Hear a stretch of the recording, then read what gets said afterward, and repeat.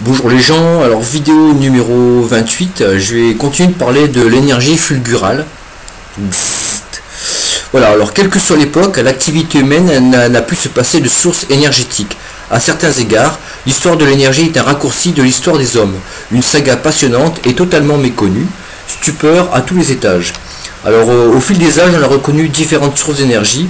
Avant les énergies renouvelables, avant le nucléaire, avant le pétrole, nos ancêtres ont utilisé l'hydroélectricité, le charbon, l'énergie animale ou humaine.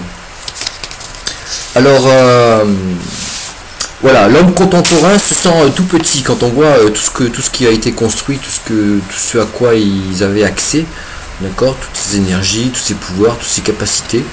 Donc voilà, on se sent tout petit devant ces technopères. Les anciens savaient servir de l'inépuisable énergie de la foudre. Les différentes civilisations du passé produisaient de l'énergie dans des centrales fulgurantes, comme aujourd'hui dans les centrales nucléaires. Nous avons du mal à imaginer que de telles civilisations aient pu être aussi avancées en technologie. Pourtant, sur plusieurs millénaires, elles nous démontrent leur savoir et connaissance qui, dans bien des domaines, est très supérieur à ce que nous connaissons aujourd'hui. Aujourd'hui, on ne sait plus rien. Voilà. Donc, alors, on peut admettre que leur civilisation fut plus avancée sur le plan spirituel, par exemple. On peut croire qu'ils possédaient une maîtrise inconnue de leur environnement grâce à des pouvoirs que nous avons perdus. Alors, c'est vrai, mais ce n'est pas seulement ça. La supériorité des anciens s'étendait aussi au domaine de la technologie et de l'énergie, car à la différence de l'atome radioactif ou des autres énergies fossiles, celle de la foudre est 100% propre. 100% propre. D'accord, 100% renouvelable.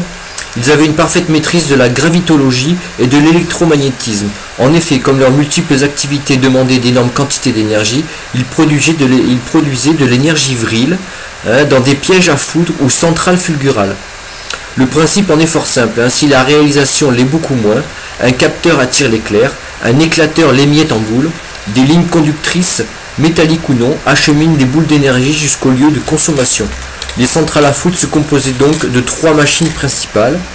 Alors une antenne ou capteur qui attire l'éclair, par exemple le pyramidion, polymétallique qui couronnait la cime des pyramides. Il fallait créer une polarité négative dans le capteur grâce à plusieurs techniques. Mégalithes à polarité alternée, réseau de tuyauterie condensateur, etc. L'efficacité de leurs antennes leur permettait de ne pas dépendre des orages, mais de les attirer. En fait, voilà, ils avaient le pouvoir de créer la foudre, d'attirer la foudre à eux. Vous voyez, comme on fait aujourd'hui, je ne sais pas comment ils font, mais on arrive à attirer la foudre sur les paratonnerres. Aujourd'hui, ils envoient des espèces de capsules dans l'air qui éclatent. Et alors, je sais pas si, ouais, bon, il faut qu'il y ait du mauvais temps quand même, je suppose. Mais tac, il y a l'éclair qui arrive sur le paratonnerre et il capte la foudre comme ça. Il y a des vidéos, je les dis, mais il y a des vidéos sur YouTube, vous pouvez voir. Alors ensuite, en 2, il y a un éclateur qui transforme l'éclair en foudre en boule. Alors celle-ci présente beaucoup moins de danger vital. Sous cette forme magique, la foudre devenait un instrument d'éveil pour les anciens. Ils recevaient le baptême par le feu du ciel dans les temples dédiés, par exemple la chambre du roi dans la grande pyramide de Gizeh ou l'allée couverte de West Kenneth sur le site d'Avebury. Ces points seront plus amplement exposés dans les pages suivantes. Voilà, je vous parle ils utilisaient la foudre les anciens, mais de partout à travers toutes les civilisations dans le monde, elles utilisaient cette technologie. Faut pas croire qu'il n'y avait qu'un seul endroit, ils connaissaient tous ça.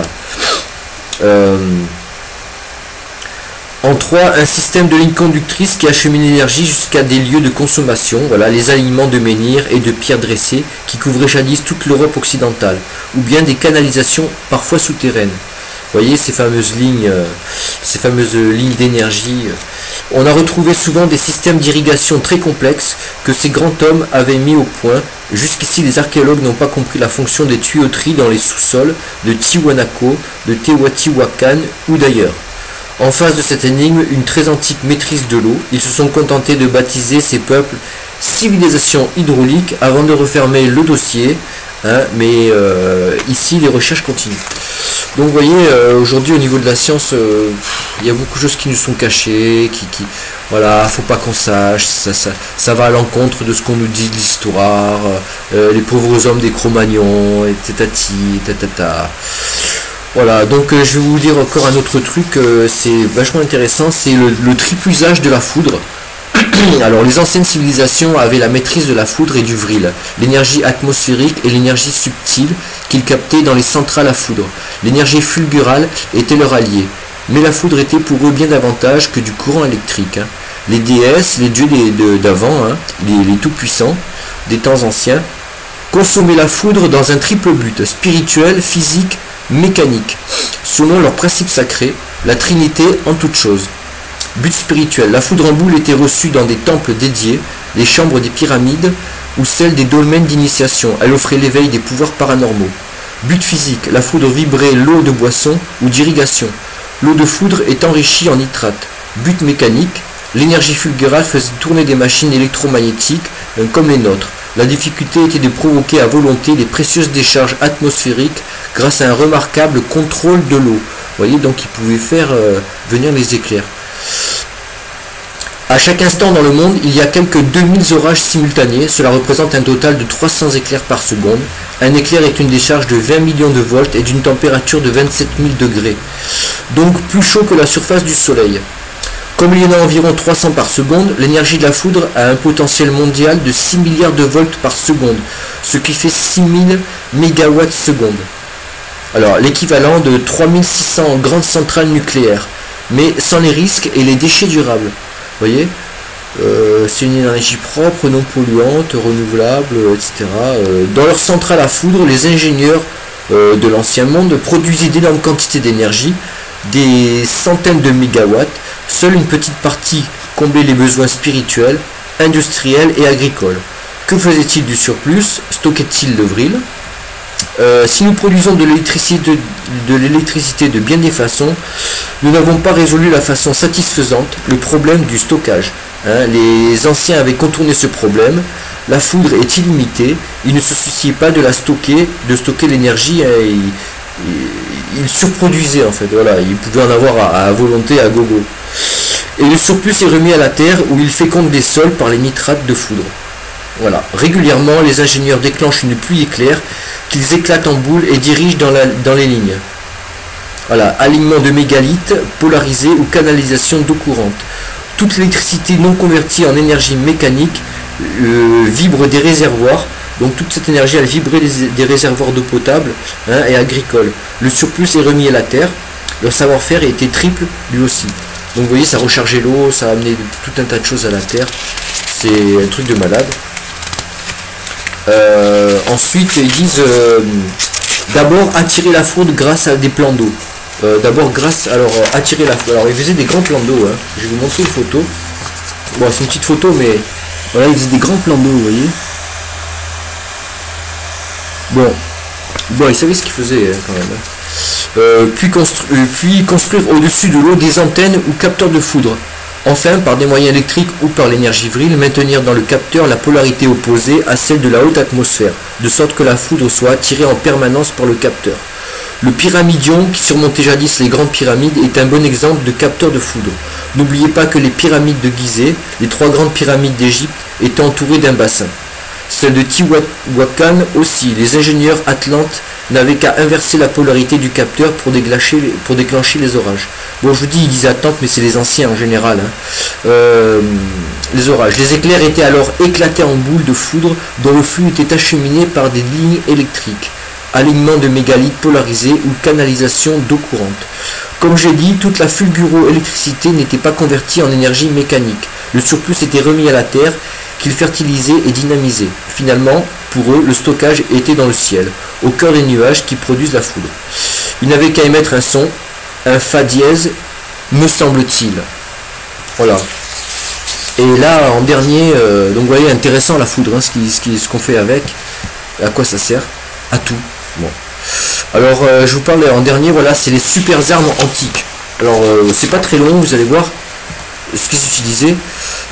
Super arme antique. Alors que les nostalgiques de Zeus ou de Shiva se consolent. Les dieux de l'âge d'argent n'étaient certainement pas aussi cool qu'on pourrait le croire. Ils avaient un éventail d'armes aussi effroyable que varié. Nous avons vu précédemment les armes de destruction massive que gardait Shiva. Mais les armes que je vais évoquer ici n'ont pas encore été réinventées par nos docteurs Folamour. Voilà, le fils de Drona, ayant établi le contact, déchargea la Narayana. Alors, ainsi se nomme l'arme divine. Aussitôt, ce ne fut qu'explosion de vents violents, trombes, tonnerres, séismes, tsunamis, et les montagnes se fendaient. Quand le rayon frappait les guerriers, ils devenaient transparents et disparaissaient. Vous imaginez les armes? Alors, un énorme projectile flamboyant fut lancé. Il brûlait d'un feu sans fumée. Une obscurité profonde enveloppa les troupes et leurs armes. Un vent terrible commença à souffler. D'épais nuages couleur de sang descendirent à ras de terre. La nature semblait folle et le soleil tournait sur lui-même. Les ennemis tombaient comme des brindilles calcinées. L'eau des fleuves se mit à bouillir. Tous ceux qui tentaient de s'y réfugier périssaient aussitôt. Alors, brûlés atrocement, des milliers d'éléphants et de chevaux remplissaient l'air de leurs cris, tandis qu'ils couraient affolés parmi les flammes. Après toute cette terrible confusion, une brise forte et fraîche dissipa la fumée et éclaircit l'horizon. Spectacle terrifiant sur le champ de bataille, brûlé par une arme épouvantable dont nous n'avions jamais entendu parler. Des milliers de tués étaient réduits en cendres. Ce projectile puissant et terrible avait pour nom l'arme d'Agneya. Il ressemblait à un long fuseau pointu et était introduit dans un gros tube de guidage, dont la portée pouvait être réglée. Alors, ces dernières lignes, surtout, nous font toucher du doigt l'évidence. Il est bel et bien question d'un arsenal moderne, avec des roquettes, des fusées, des bombes de plusieurs sortes, des lasers, des bombardiers lance-missiles, sans doute des chars d'assaut ou autres blindés. Vous voyez, on trouve des descriptions très réalistes de combinaisons et de casques de protection. Les guerriers attachés aux super armes avaient des vêtements très collants ou des tuniques spéciales et tous portés sur la tête des casques qui s'appuyaient sur les épaules. Le haut-relief égyptien ici, antérieur à 3500 avant Jésus-Christ, nous montre des armes modernes et des engins volants proches de modèles actuels. Et pourtant ces fresques sont l'exacte illustration des textes hindous. Alors voilà ce qu'ils disent, c'est le dernier paragraphe. Voilà. Nous aperçûmes dans le ciel quelque chose qui ressemblait à un nuage écarlate, comme les flammes cruelles d'un feu ardent. De cette masse émergea un énorme vimana peint en noir qui lança de nombreux projectiles flamboyants. Le bruit qu'il faisait en se rapprochant de la terre ressemblait à celui de 1000 tambours roulant tous ensemble. Le vimana se rapprochait du sol à une vitesse incroyable. Il lançait des armes étincelantes comme l'or, des milliers de foudres accompagnées d'explosions violentes et des centaines de roues de feu. Ce fut un tumulte affreux, pendant lequel on vit tomber les chevaux, les éléphants de guerre et des milliers de soldats tués par les explosions. L'armée en déroute fut poursuivie par le terrible Vimana jusqu'à ce qu'elle fût anéantie. Voilà. Et vous vous rappelez, il y a aussi Sodome et Gomorrhe, d'accord? Alors l'Éternel fit pleuvoir du soufre et du feu sur Sodome et Gomorrhe. Du soufre et du feu, comme j'en parlais avant. Voilà. Voilà, il dit à la fin, il dit des mouches pour des gamins méchants. Voilà ce que nous sommes pour les dieux. Ils nous tuent pour s'amuser. Donc voilà, voilà, c'est fini. Vous voyez donc à l'époque, hein, ça rigolait pas quoi. Bon voilà, je vous laisse et puis prochaine vidéo, je sais pas, on verra. Merci, salut.